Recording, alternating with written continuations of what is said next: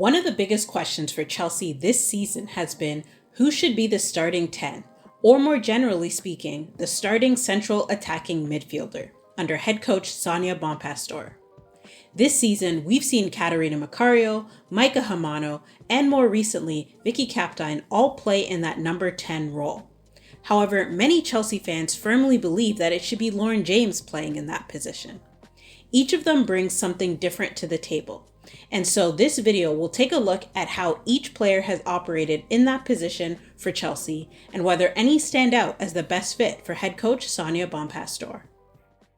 First up is Catarina Macario. Now, Kat has mostly played as a 10 or central attacking midfielder for Chelsea. And it makes sense why. She's got clean technique, pace, and strength. She understands when to speed up and drive the ball forward, either for a pass or shot, or when to slow down the attack through the use of her good hold-up play. She's also able to drop into the right pockets of space as seen in this clip, which can facilitate Chelsea's ability to control possession. In this, Kat's movement is excellent because she draws Yui Hasegawa out of position. When she gets the pass, she successfully turns Yui, and now this puts Man City in a difficult position because Yui is now behind her, meaning Kasparai, who was originally marking Lauren James, now has to cut off the run down the wing. Kat recognizes LJ's good movement into the middle of the pitch. LJ is able to dribble, pick out a great pass to Myra, which leads to Chelsea's opening goal.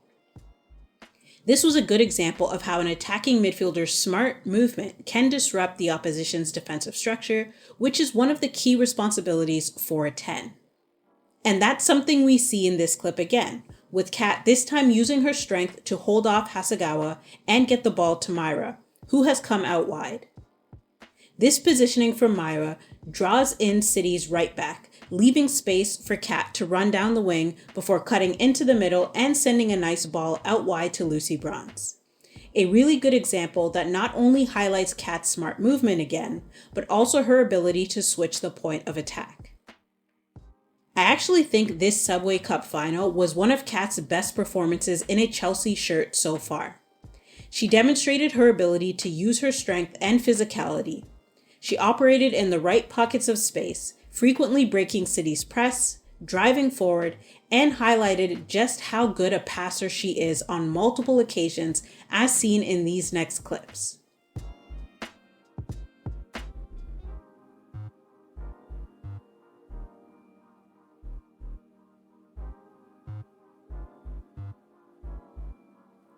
And when operating around the 18-yard box, Kat has shown that she can control the pace of attack, such as when she gets the ball on the half turn and patiently picks out the right pass into the box.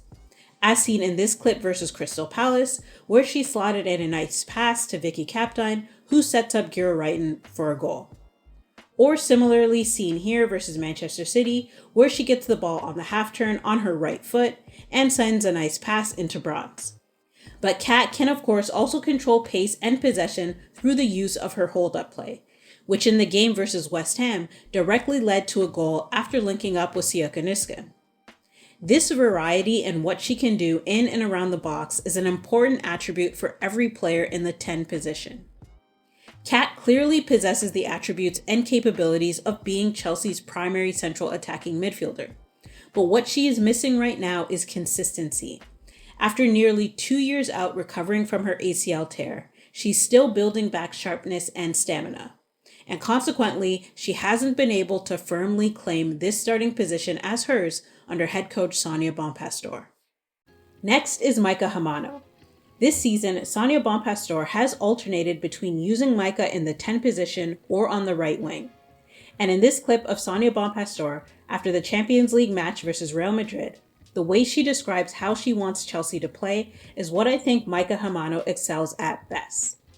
When we had the ball, we were just walking to get the ball, and it's not enough. You have to make sure you put more high intensity, and if you want to possess the ball, you have to run a lot. So, as Sonia indicated, if you want to possess the ball, you have to run a lot.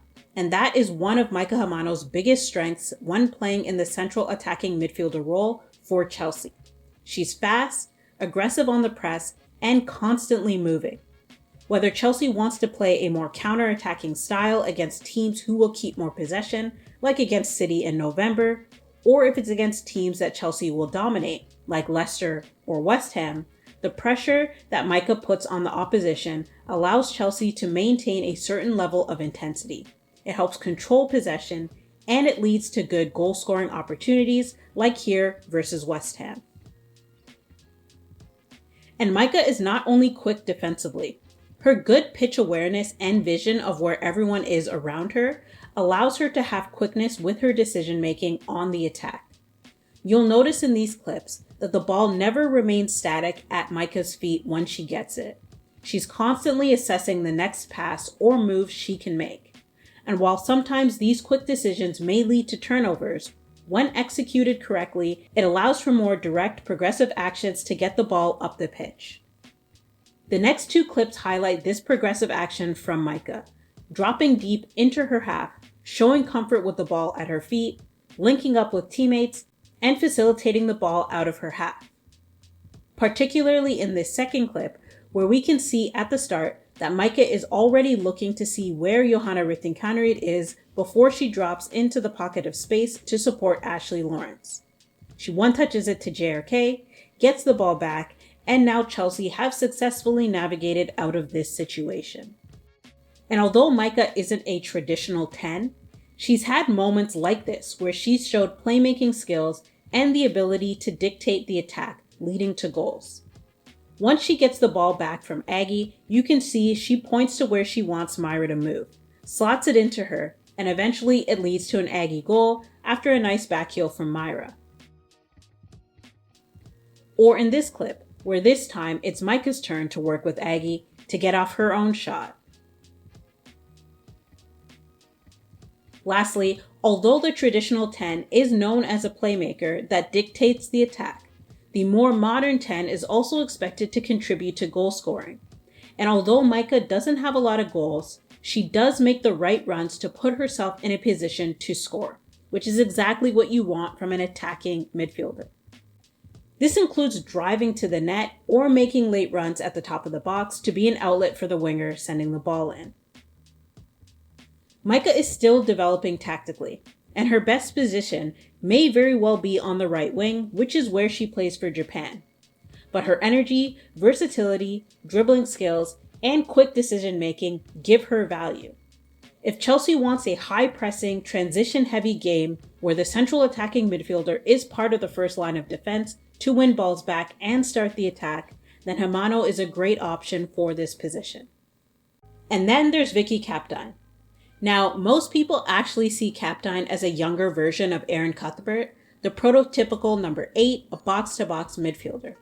But when we saw Wieke Kaptein start in the 10 spot versus Manchester City in the second leg of Champions League quarterfinals, it showed us all that Sonia Bonpastor sees Wieke as someone who can play in a central attacking midfielder role. Similar to Maika, what Sonia likes about Kaptein is her energy and constant running, which helps Chelsea maintain or regain possession through her press and interceptions, similar to what we see here versus Leicester City, which leads to a shot on target. Or versus Manchester City, where she's alert to intercept Kieran Keating's clearance.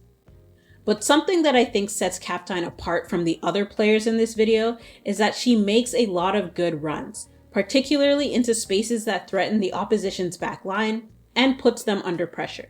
In Aggie Beever-Jones's goal versus Manchester City, there were multiple players that played a key role in this goal, but Wieke Kaptein's run in particular was very important. Here we see that JRK has dropped slightly into her half to get the pass. She makes a move to cut inside, which draws in City's left back Naomi Lazel. We can already see that Wieke Kaptein has run into the space behind Lazel. And when JRK gets the ball to Aggie, and Aggie turns and passes to Kaptein, we can now see the difficult position that City's defense is in because of that run by Kaptein. Leah Alexandri, City's center back, is pulled out wide to mark Kaptein, leaving space for JRK to run into the box because, well, Naomi Lazel is still chasing her from behind. Wieke makes the intelligent decision to one-touch pass it to JRK, and eventually it leads to Aggie's goal. Here's another example from the same game. The ball comes out wide to JRK, and you can already see that Kaptein is pointing and running into the open space that splits City center backs. But JRK's first touch takes her away from the play and she isn't able to release Kaptein. But she makes a good pass to Maika, who eventually gets it into Kaptein, who still remains in the good pocket of space she ran into. She turns brilliantly, sends a splitting pass to JRK, who's able to take a shot that just skims outside the post. Again here, Kaptein finds herself in the most advanced position up the pitch with just Gracie Pryor on her right shoulder. She can see that City's right back Kirsten Kasparai is focused on the ball, and so she makes a curling run to get in behind City's backline. There are many clips in every game that I could pull that would show Kaptein's smart runs, whether it's in behind back lines, into the pockets of space between the midfield and defense, or if it's late runs into the box creating goal-scoring opportunities. But of course, Kaptein is still only 19 years old, and sometimes her lack of experience shows. And as mentioned, her best position will eventually likely be as a number 8. But she's tidy in possession, she's good at recovering second balls, she runs into the right spaces, and creates good balance between protecting the midfield while also controlling a bit of tempo. And I believe that is why Sonia Bonpastor has called on her in some important games this season.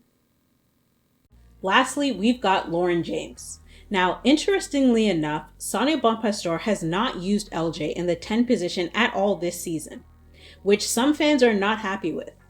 Now, in my opinion, Lauren James is the most gifted individual talent on the Chelsea squad. When she's on the ball, she's unpredictable, capable of beating defenders in tight spaces, drawing fouls, and creating goal-scoring chances from nothing. She's at her best when she has the freedom to drift, pick up the ball deeper, and run at back lines. Lauren James is able to dictate the pace of play by allowing Chelsea to keep possession of the ball longer.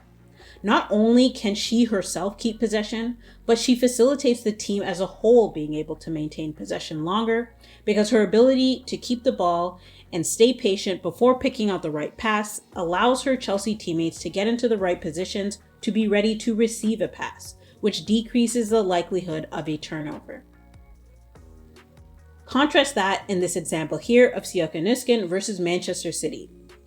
Here, Sio has a great interception in the midfield, and she gets the ball in a really good position. Now, ideally, you'd want her to keep the ball, continue to dribble towards the box, wait for the defender to step forward and commit, and then release the pass. Or if the defender keeps retreating, take a shot for herself. However, Sio never looks confident as she dribbles forward. She passes too early and slightly behind JRK. It bounces off the back of her foot and Chelsea lose possession. And so, while some people complain that Lauren James holds on to the ball too long, I think for the Chelsea team in particular, the more bigger issue is that a lot of their players pass too quickly and don't have the confidence to keep the ball in tighter spaces on the pitch. And so, having someone like a Lauren James, who is comfortable not only to pick up the ball in the backfield and drive forward, but is also comfortable keeping possession in and around the 18-yard box, whether by herself or through linking up with other teammates, is an extremely valuable skill set to hold as a 10 for Chelsea. But Lauren James's key attributes aren't just in her dribbling skills. She's also a strong passer, good at splitting defenders and breaking lines, as evidenced in these clips here.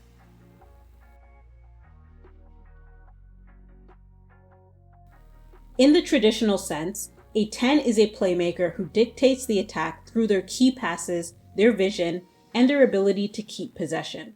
And to me, that is Lauren James. But structure is also important in the central spine of your team. And I don't think structure when I think about Lauren James. She excels as a free roamer who moves all around the pitch.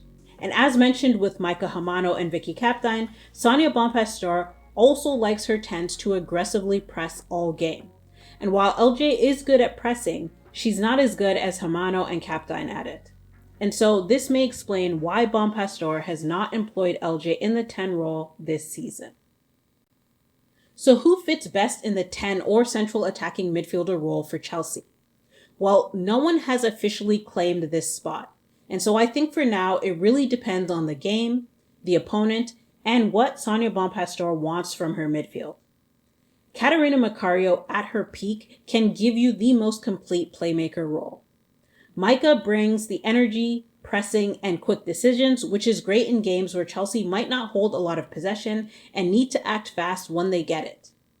Kaptein is a nice balance of pressing and control and has shown she can step up in big games like Leg 2 versus Manchester City. And then of course there's Lauren James, who gives you the star power and unpredictability. Let me know who would be your pick as Chelsea's number 10. And do you think Sonia is correct to rotate who plays in this position? Or do you think she should nail down the primary 10 regardless of opponent? As always, thanks so much for watching. Don't forget to like and subscribe, and I will catch you all in the next video.